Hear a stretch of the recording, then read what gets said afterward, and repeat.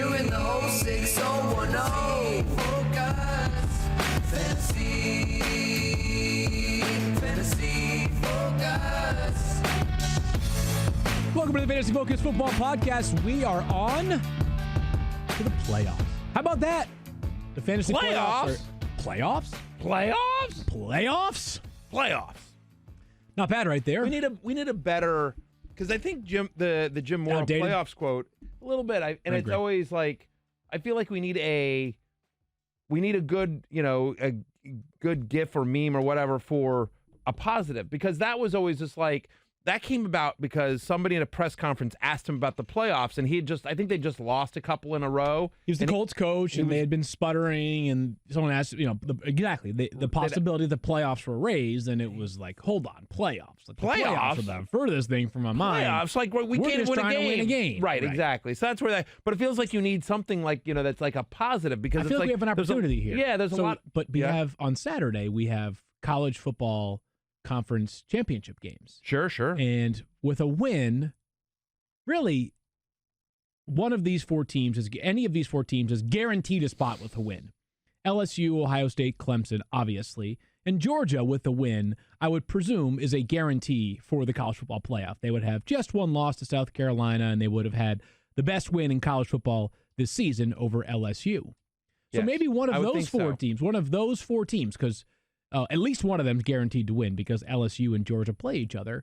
Maybe one of them takes it upon themselves to, after the game, think of us, the Fantasy Focus Football Podcast, and drop a positive playoff gift. Yeah, just like whatever. We're going to the playoffs.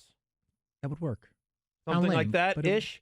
I mean, the closest one I got. We can work on it. Can we work on that? Yeah, we workshop it. We can work on a little bit. Like I was gonna say, the closest one I think of is Bart Scott. Can't wait. But that also Can't wait. But is that any less tried and true than Jim Moore's playoff thing? No, it's actually overused. It is relative to completely overused, but it's the closest thing that's out there that I feel like is a positive. Yeah. Keith recommends you like that from Kirk Cousins. Kirk Cousins. Not bad, but people were making fun of same that. thing, right? Our former colleague, Herm Edwards, you play to win the game. You do play to win the game. You play to win the game. You know which one I like? What's that? Allen and Snyder 2020. I think that's my favorite one. For everyone else. Yeah. You are such. You could also go like KG and do the anything's possible.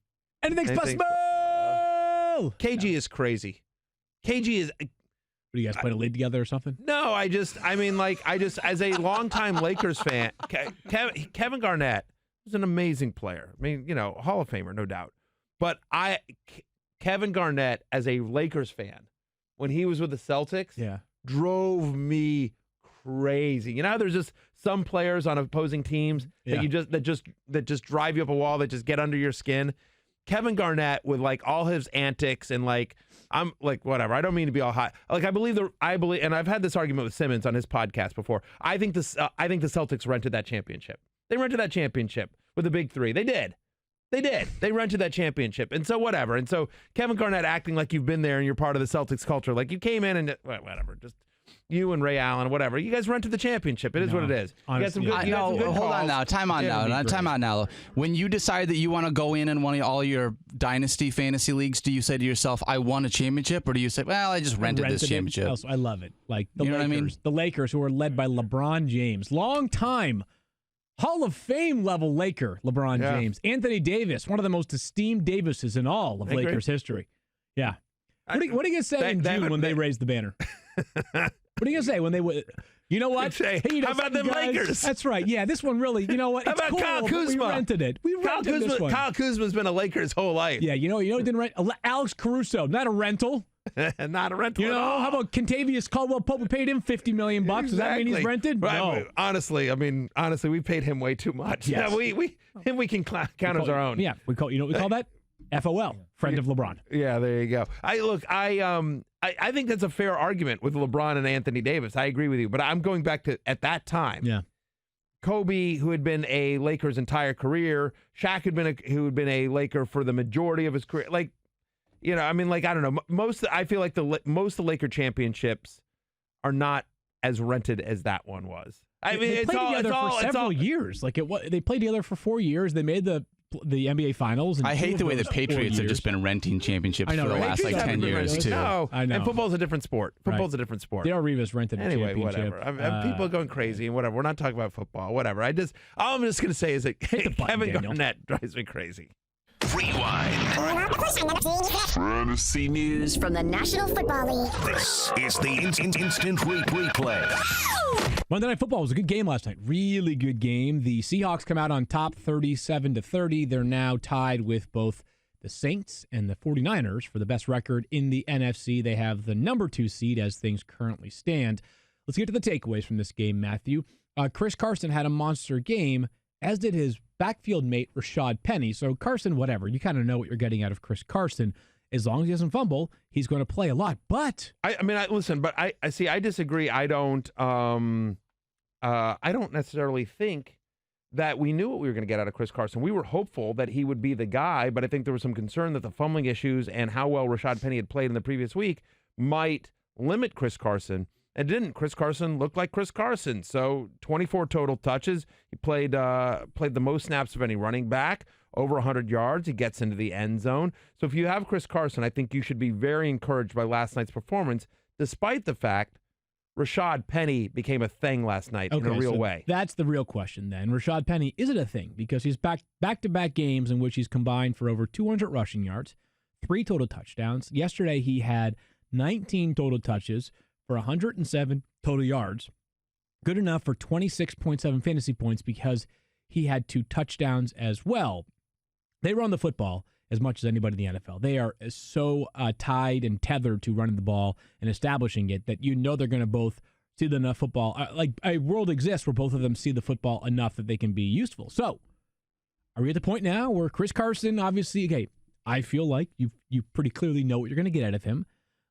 But how about Rashad Penny? Like, is he a flex consideration already? Is he a top 25 running back? Is this the most startable backfield in the NFL right now? I believe so. Interesting, You yeah. think about the Seattle Seahawks, 6th in the NFL in rush percentage, and we're going to talk about the pass catchers coming up here in a second. But to the detriment of Tyler Lockett and the fantasy value of some of the pass catchers, it has become very run heavy.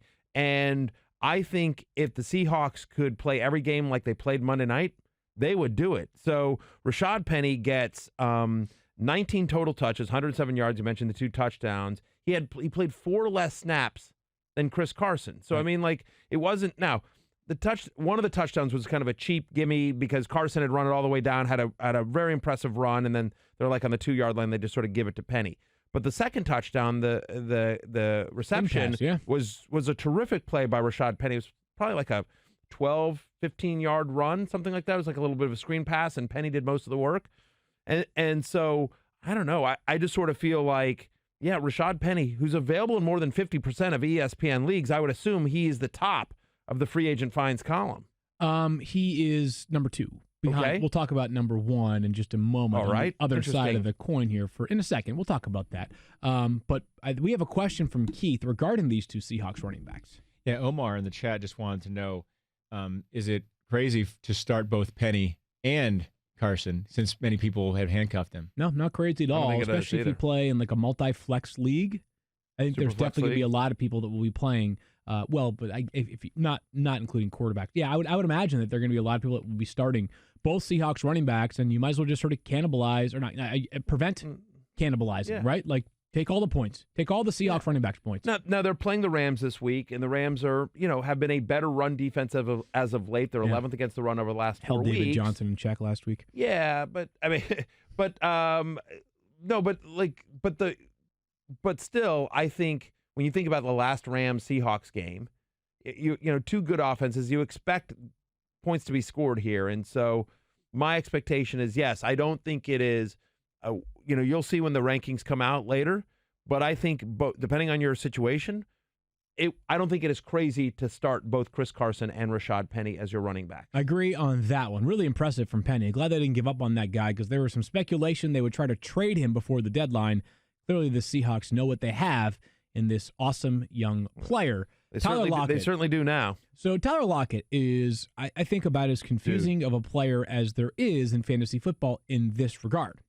All right, so Tyler Lockett's apex is one of the 12 or 15 best wide receivers in football. There's a lot of good wide receivers. Maybe that's overshooting it just a little bit, but he's a really, really talented player. He is so fast. Russell Wilson has so much chemistry with him on not just design plays, but plays that break down.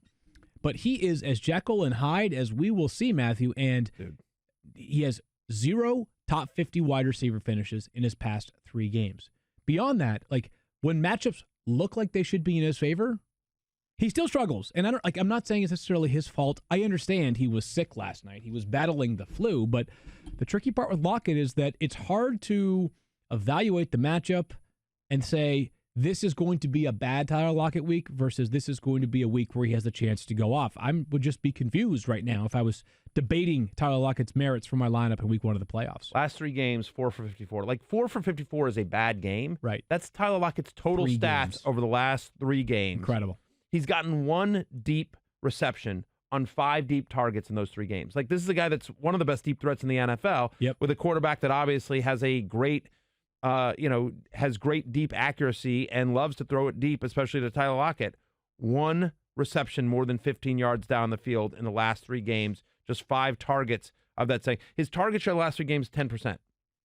Prior to that was 25%. I mean, that was one of the arguments for Tyler Lockett coming into the season. He was a sleeper for me and a lot of other people, was just like, they know Doug Baldwin. Like, a lot of, at the time, they didn't have Josh Gordon. We weren't sure what you're going to get out of DK Metcalf. You were like, it's going to be the Tyler Lockett show. And for a long time there, it was Field. And now you sit here and you go, whatever we think the Seahawks offense should be, it's clear what they want it to be, which is run first. Which Brian Schottenheimer wants to run the ball. He wants to control the clock. Look, Russell's going to be Russell, but at some point, you sort of go, I don't know what's going on here. I mean, Seahawks are 6th in rush percentage in the NFL, and I think seeing what they got out of Rashad Penny, my guess is that number goes up. They play the Rams next week.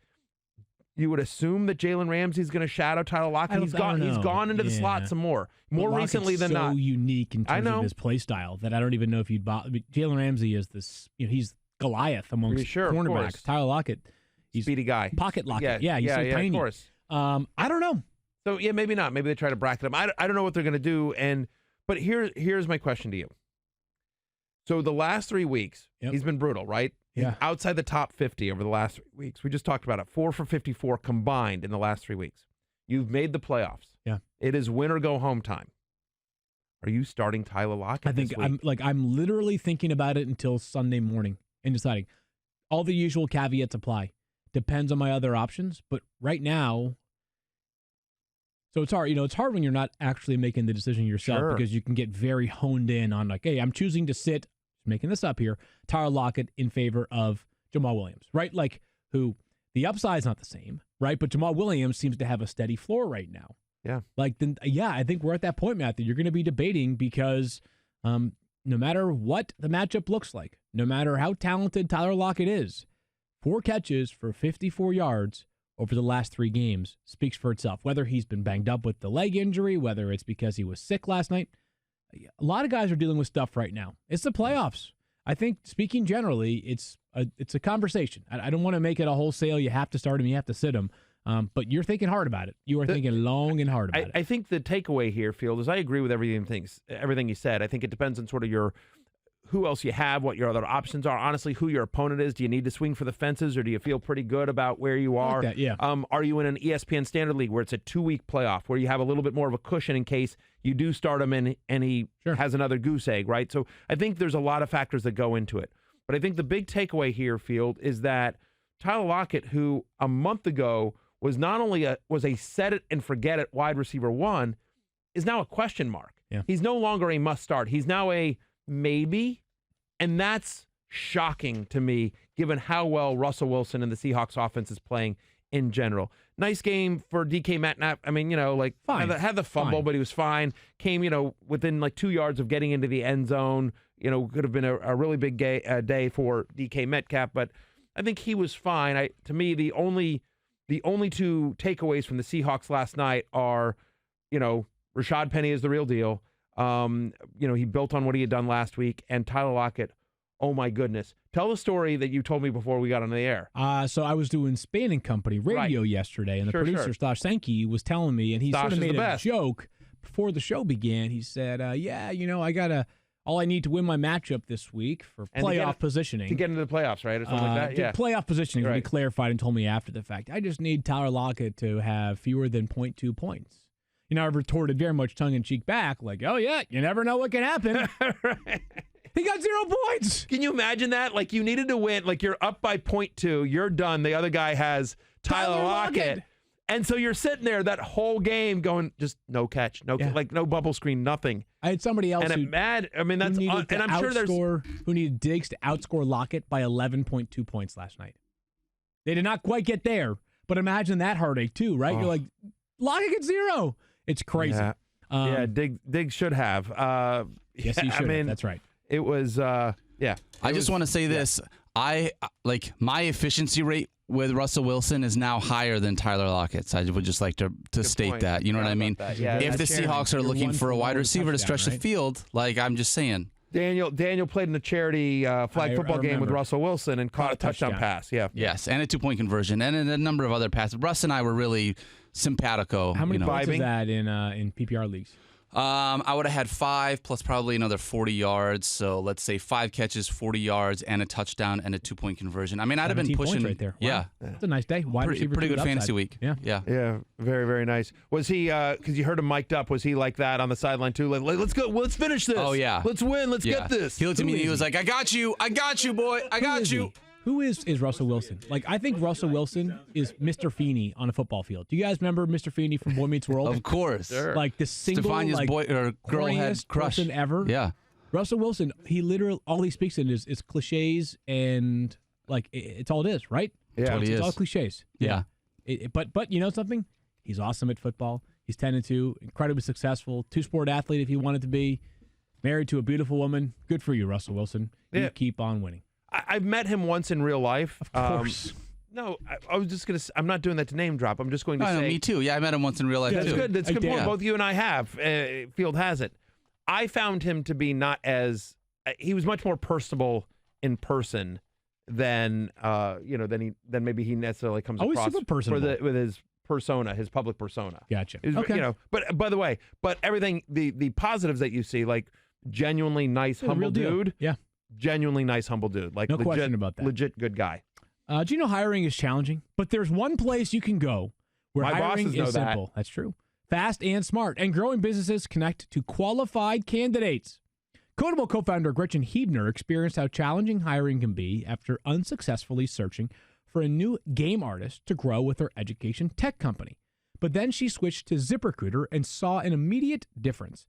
And you can too by signing up free at ZipRecruiter.com/06010. ZipRecruiter doesn't depend on candidates finding you, it finds them for you. And by using ZipRecruiter's screening questions to filter candidates, Gretchen found it easier to focus on the best ones than find the right one. In fact, after posting her job on ZipRecruiter, Gretchen said she was honestly surprised she found qualified candidates so quickly and was able to hire a new game artist in less than 2 weeks. With results like that, it's no wonder that 4 out of 5 employers who post on ZipRecruiter get a quality candidate within the first day. ZipRecruiter, the smartest way to hire. See why ZipRecruiter is effective for businesses of all sizes. Try ZipRecruiter for how much? For free. At our web address at ZipRecruiter.com/06010. That's ZipRecruiter.com/06010.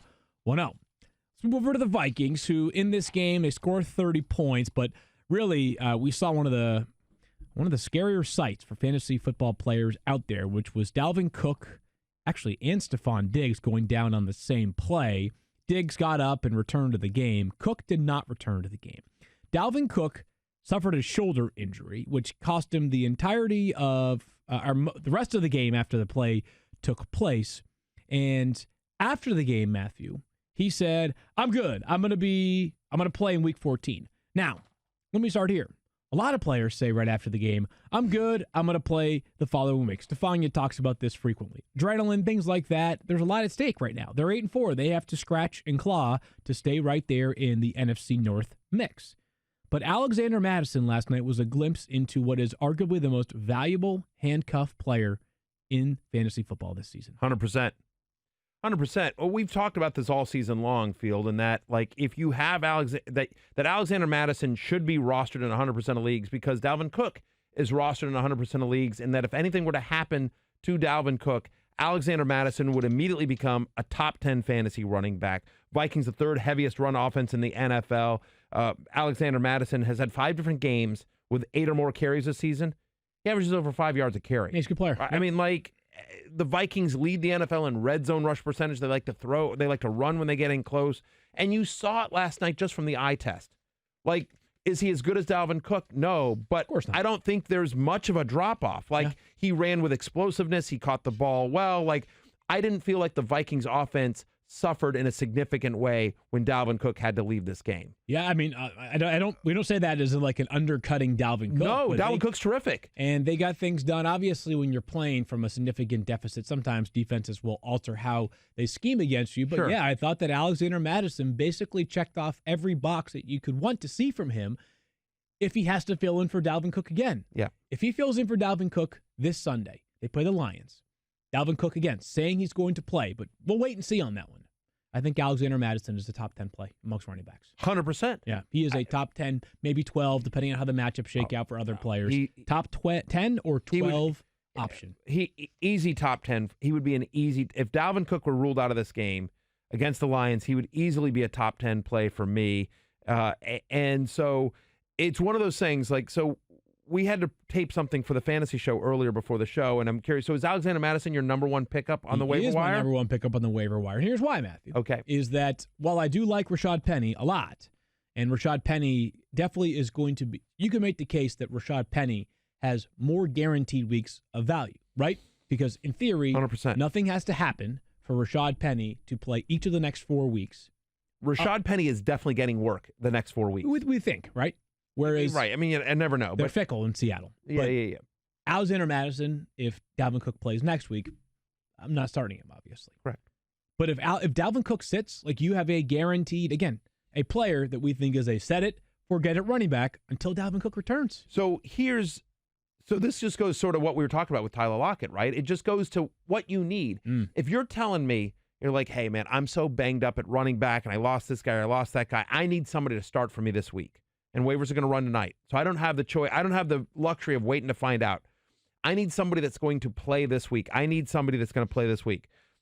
Like Rashad Penny's going to play this week. Darius Geis, who's available in about 45% of leagues. See if he's out there. He's going to play this week. The expectation at the moment is that Benny Snell will play this week. We don't think James Conner's going to play, but we don't know just yet. Let me think. I would think Raheem Mostert will get some run this week. So to me, guys like that, right, become more in the mix. Having said that, however, if you're just like, you know what, I got my 2 starters, I'm good.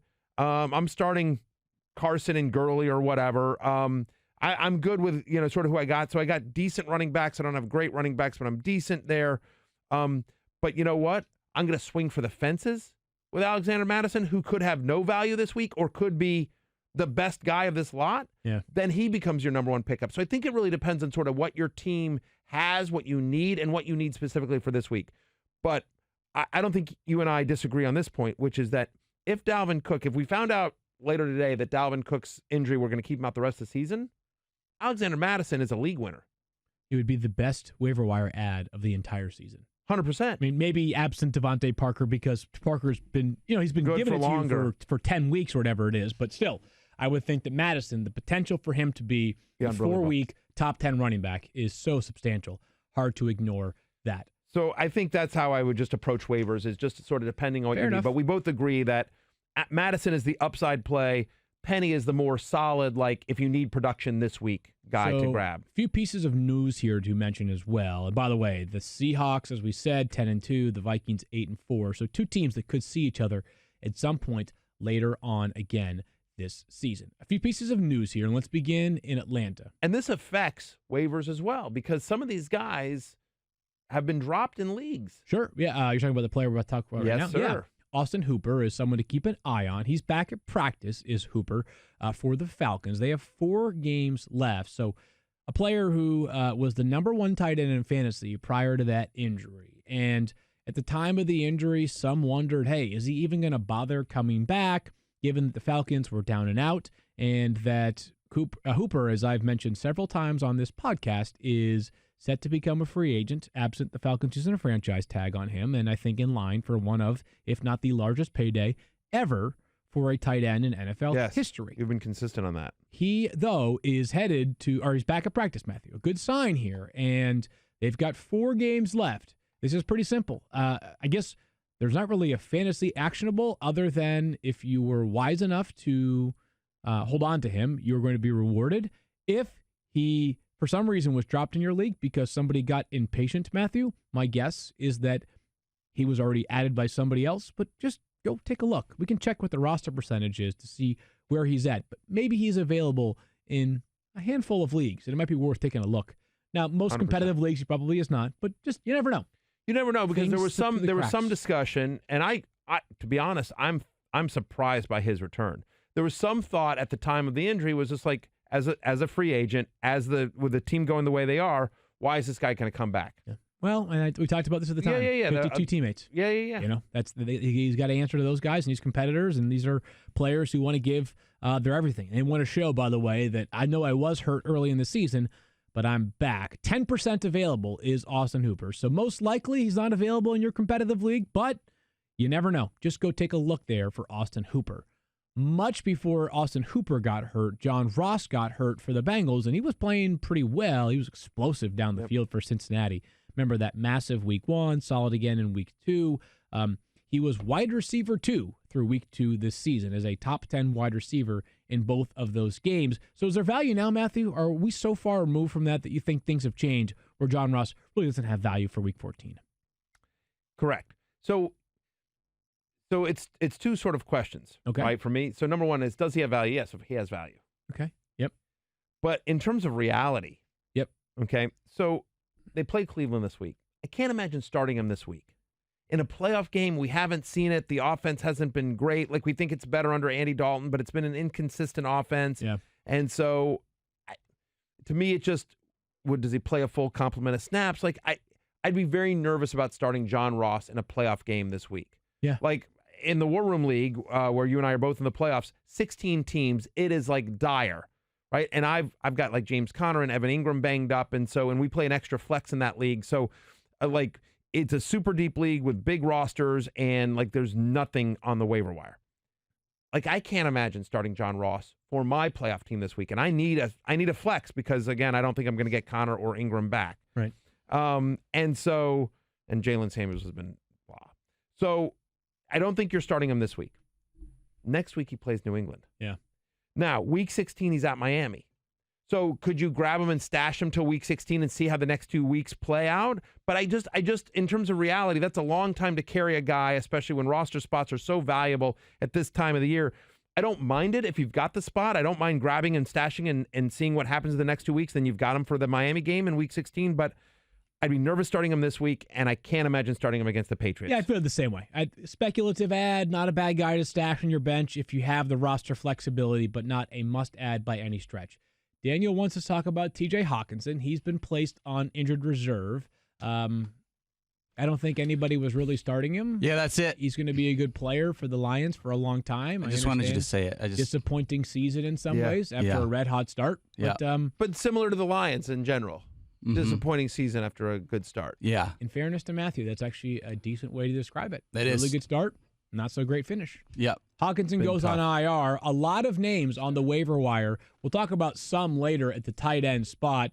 Just to quickly retort or work backwards, both Kyle Rudolph and Jacob Hollister qualify for the waiver wire column and make it. Both of those guys were effective last night. Rudolph with a late surge to end up with, I believe, 16 fantasy points. Your tight end, we mentioned this War Room League, the 16-team War Room League. So my tight ends in that league have been Evan Ingram and Darren Waller, and I was all proud of myself coming out of the draft for grabbing those 2 guys. And Ingram was great, and obviously Waller's been a baller.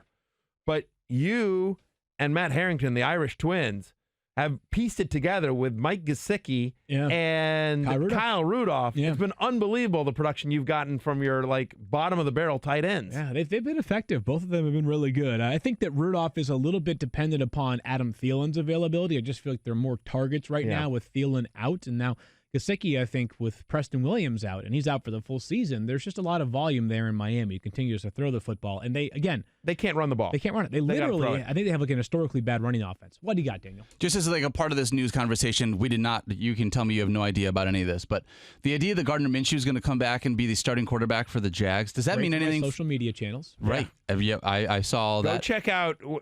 I noticed. Have you noticed, by the way, Daniel? Have you noticed that Field? So Field has 2 photos of him dressed as Gardner Minshew. He does. He has a photo of himself here in the podcast studio when he dressed up for Halloween, and then he has a picture that he took in front of the sort of the famous ESPN sign. Correct. That's in DC2. That a lot of people that when they come to visit ESPN, they sort of take a picture of. And that one, he's got uncomfortably hairy legs.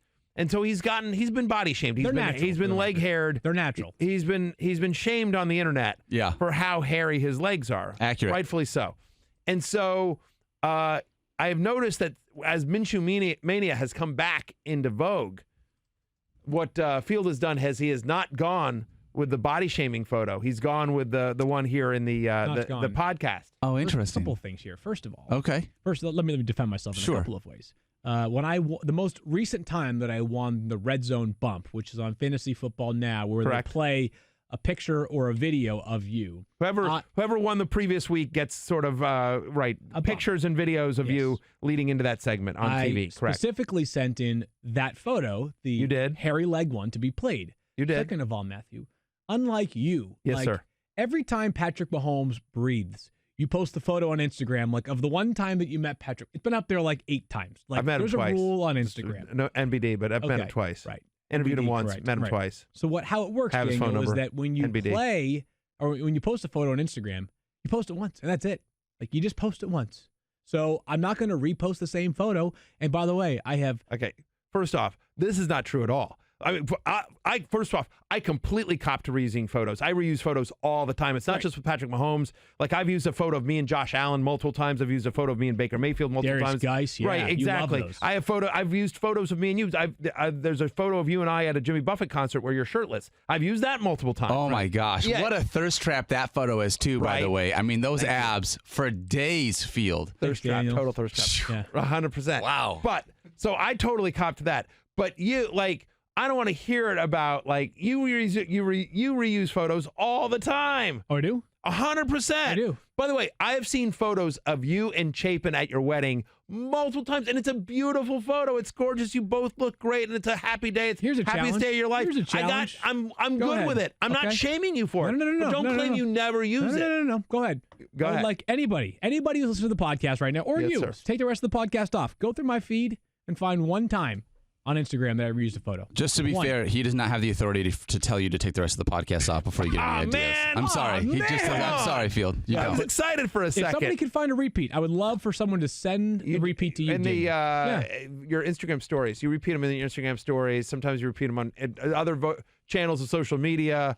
I started this with an actual question. I just want to say that. I want to poll if have people seen the same photos from Field before? Okay. Go ahead. Again, I'll put it out there. I'm defying you to find the same photo. Please. Okay. Yes. So the Jaguars named Gardner Minshew the starting quarterback for the rest of the year. Field, just from an NFL perspective, is there a way for them to get out of this Nick Foles contract? Is Nick Foles done in Jacksonville and potentially going somewhere else? And does this have any dynasty implications, do you believe, from that standpoint? There is a chance that there is a way that they could move on from Nick Foles this offseason. He would incur a $13 million dead money cap hit if they trade him. But it happens. But why? First of all, the Jaguars they've been down this road literally this past offseason when they cut Blake Bortles. They've done bad quarterback contracts. They've done a lot of bad contracts. That's why they're always picking the top 5. Yeah, it's possible. I think that to me is why this is the reason why they're starting Gardner Minshew is simple. They need to figure out whether Gardner Minshew is a starting quarterback for a long time in the NFL. And if he is, bye-bye, Nick Foles, because you're not bringing Nick Foles back to be a $22 million per year backup. You just aren't. That's not how it works in the NFL, except for when he was there with Philly for that 1 year. And that was insurance because Carson Wentz was already hurt and you felt like you had a Super Bowl ready roster. And in that year, you were right. We're taking a quick break. I wonder if they could trade him. In all seriousness, I Could they trade him? Yeah. I think given how bad the quarterback position is and given Nick Foles' success in this league, Of course they could trade him. I feel like they may not get a lot for him, but they could get something for him. They can get something for him, for sure. They could definitely. The teams are going to say, oh, look at what happened with Ryan Tannehill this past year.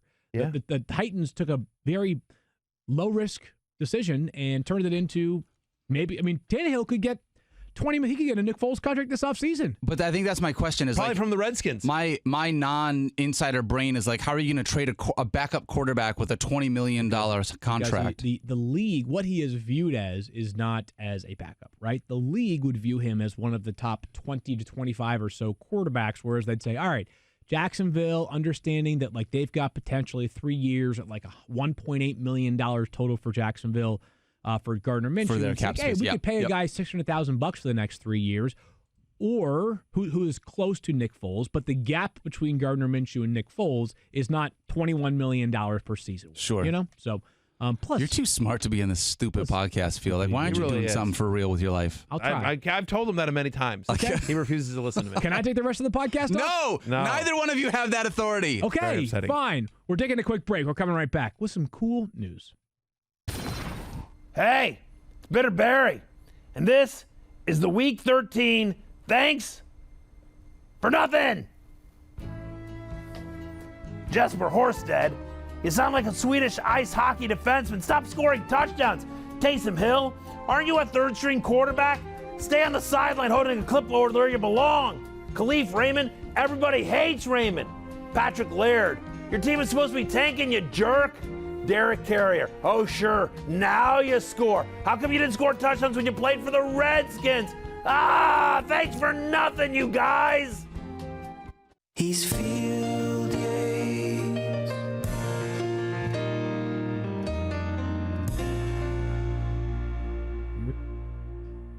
Some important news here at ESPN because V Week is actually 2 weeks. It's from December 3rd to December 14th. Of course, today begins our really important 11 days ahead. We ask our viewers to give because people give to people, not causes.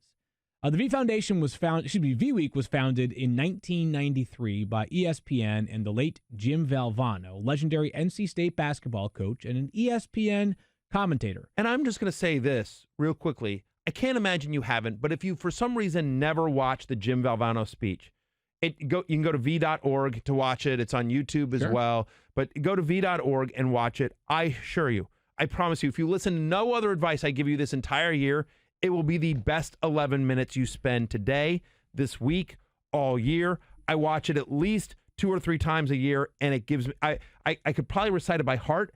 I've seen it so many times, and it gives me goosebumps every single time. It is one of the all-time great moments in sports and pop culture, and it's an incredible, when you watch it, you understand why the V Foundation exists and why we celebrate to this day the life of Jim Valvano. It is terrific, and 100%, we award 100% of direct donations to cancer research programs. The V Foundation's endowment covers administrative expenses. And I don't think people understand how important that is, because too many times with the charity, what happens is that like you donate all this money, but people go they got to pay for advertising, they got to pay for the people that are the salaries of the people that are running the organization, and so much of the 100%. Like you put in $100, $100 goes to cancer research. Everything else, the advertisements you see for the V Foundation, the salaries for all the people that run the V Foundation, the paper clips in the Xerox machine at the V Foundation headquarters, all paid for by this endowment. So 100% of your donations go to fighting cancer. The V Foundation has awarded more than $250 million in research grants, and there are over 17 million cancer survivors today in the U.S. They are some of the strongest people you'll ever meet. And survival rates for many cancers actually continue to rise and increase because of this research and this funding for the research. Since 2015, ESPN has helped raise over $10 million for the Stuart Scott Memorial Cancer Research Fund. The groundbreaking Minority Cancer Research Initiative funds outstanding minority researchers and also research that explores the biology behind why some cancers are more likely to occur, more aggressive, or harder to treat in some minority populations. Again, we ask our viewers, our listeners, those who support us to give because people give to other people, not causes. Head to v.org/donate to help give people a better chance. And if you love all the theme songs that we have here, you can email a copy of your V Foundation donation receipt to 06010, that's 06010 music@gmail.com, and Kit and Chip will email you all of the theme songs we have. And there are many. Field, Matthew, Stefania, Daniel, Mike, Keith, Kyle.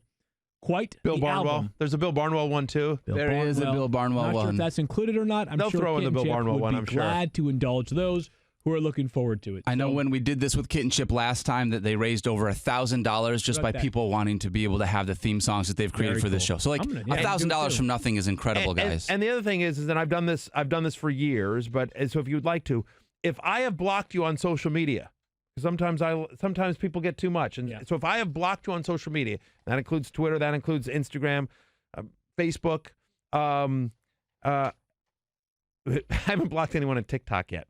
But if I've blocked you on social time will media come soon. and you would like to be unblocked, you're like, I had a bad moment, or, I was just joking with you and you took it the wrong way, or whatever reason. If you would like to be unblocked, donate to the V Foundation, v.org.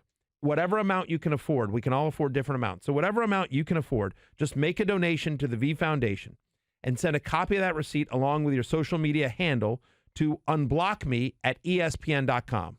Okay. Unblock me at espn.com, and I will unblock you. What has happened over the years, Field, and I make no promises. The only one I can promise is me. If you do that, I will unblock you. What has happened over the years is sometimes people have emailed in and said, hey, listen, you've never blocked me, but, I made a dumb comment to so-and-so, to Field Yates, and Field blocked me, and could you ask Field if he would be willing to unblock me? And I have done that. I make no promises.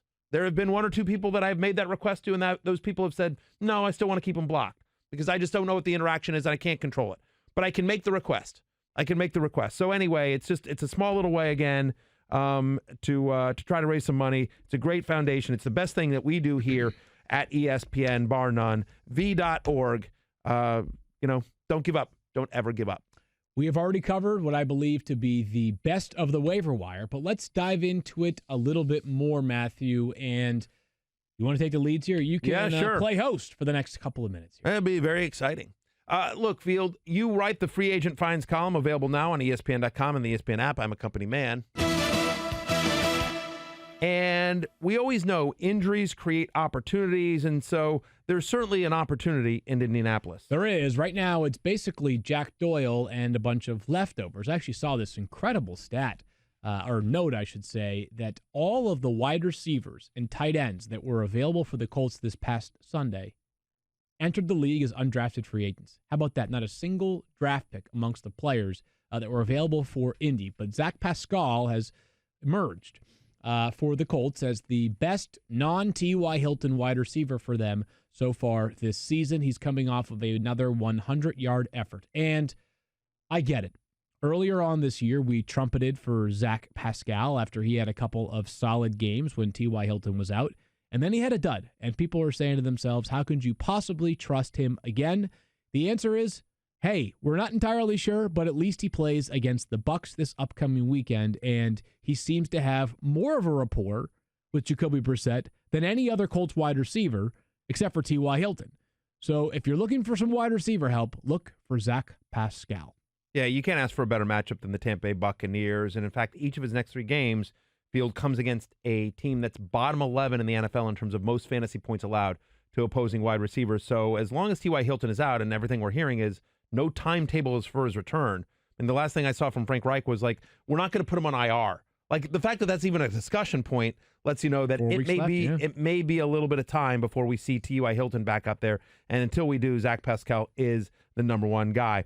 Fantasy Trends is brought to you by our friends at TD Ameritrade, Field. And we saw a guy on Thanksgiving that raised some eyebrows. Sure did. Anthony Miller for the Bears had 140 yards on 9 catches, good enough for 23 fantasy points. For the past 3 games, he has 33 targets and 21 catches. That's 4 more catches than he had for the entire season prior to that.